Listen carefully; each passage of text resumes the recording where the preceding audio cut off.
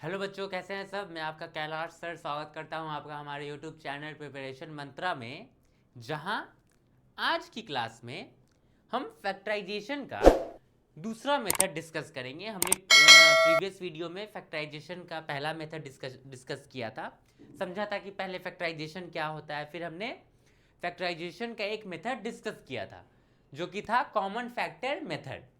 आज की क्लास में हम डिस्कस करेंगे दूसरा मेथड जो कि है मेथड ऑफ ग्रुपिंग।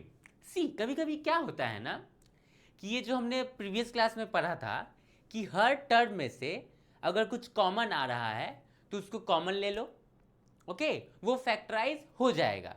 बट कभी कभी क्या होता है कि सब सारे टर्म्स में कुछ भी कॉमन नहीं होता है।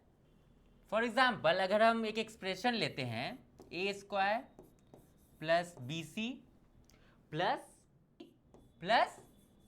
ए सी सी, अब इस एक्सप्रेशन में हम देख सकते हैं कि सारे टर्म्स में कुछ भी कॉमन नहीं है, राइट?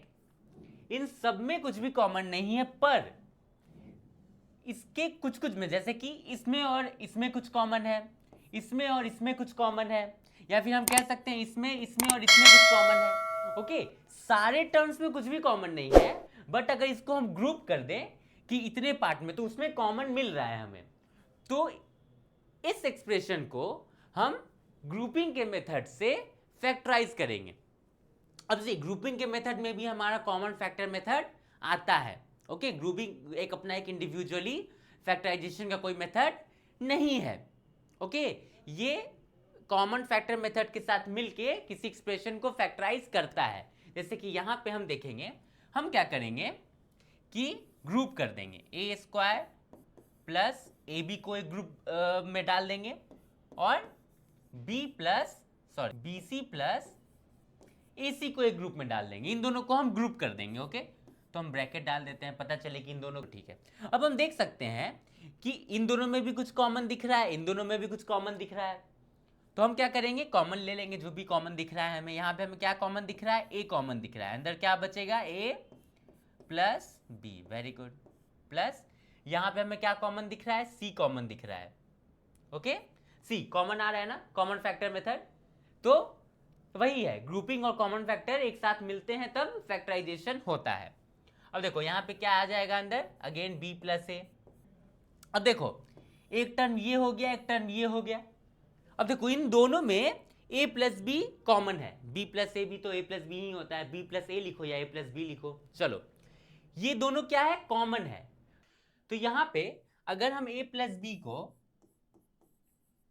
x मान लेते हैं, ओके, तो हमारे लिए इजी हो जाएगा करना फैक्टराइजेशन। कैसे, क्योंकि देखो a प्लस बी अगर हम बोल रहे हैं ऐसे कॉमन लो तो बच्चे कंफ्यूज हो सकते हैं, बट अगर इसको हम इस तरीके से लिख दें a प्लस बी को x मान लिए तो ये क्या हो जाएगा, ax प्लस सी एक्स।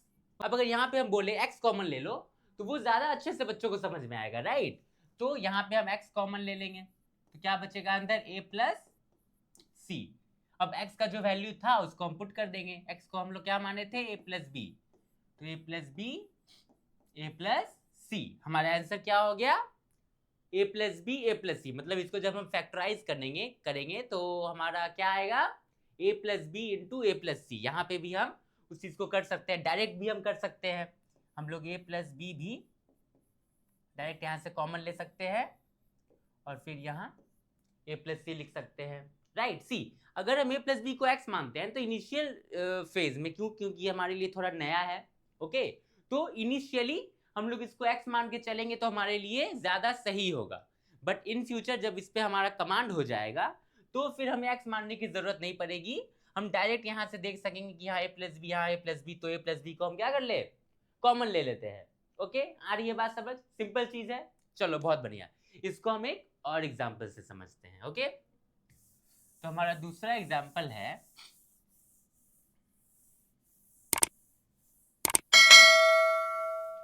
तो दूसरा एग्जाम्पल है हमारा 1 plus A plus A square C plus A सी। अगर इसको हमें फैक्टराइज करना हो तो कैसे करेंगे, सी यहाँ पे भी इन सब में कुछ कॉमन नहीं है, इन सारे टर्म्स में कुछ भी कॉमन नहीं है, राइट? बट अगर हम ग्रुपिंग कर दें तो हमें कॉमन दिखेगा, राइट। जैसे कि अगर हम 1+a का एक ग्रुप बना दें, ए स्क्वायर सी और ए सी का एक ग्रुप बना दे तो क्या हो जाएगा, ये हो जाएगा 1+a। यहाँ पे तो कुछ कॉमन नहीं मिलेगा, बट यहाँ पे हम ए सी को कॉमन ले सकते हैं। ए सी कॉमन लेंगे तो अंदर क्या बचेगा, अगेन a+1। अब यहाँ पे हम देख सकते हैं कि a+1 यहाँ भी है, a+1 यहाँ भी है, तो a+1 को हम कॉमन ले सकते हैं। बट अगर ऐसे चीजें क्लियर नहीं दिख रही हैं तो हम 1+a को कुछ मान लेंगे,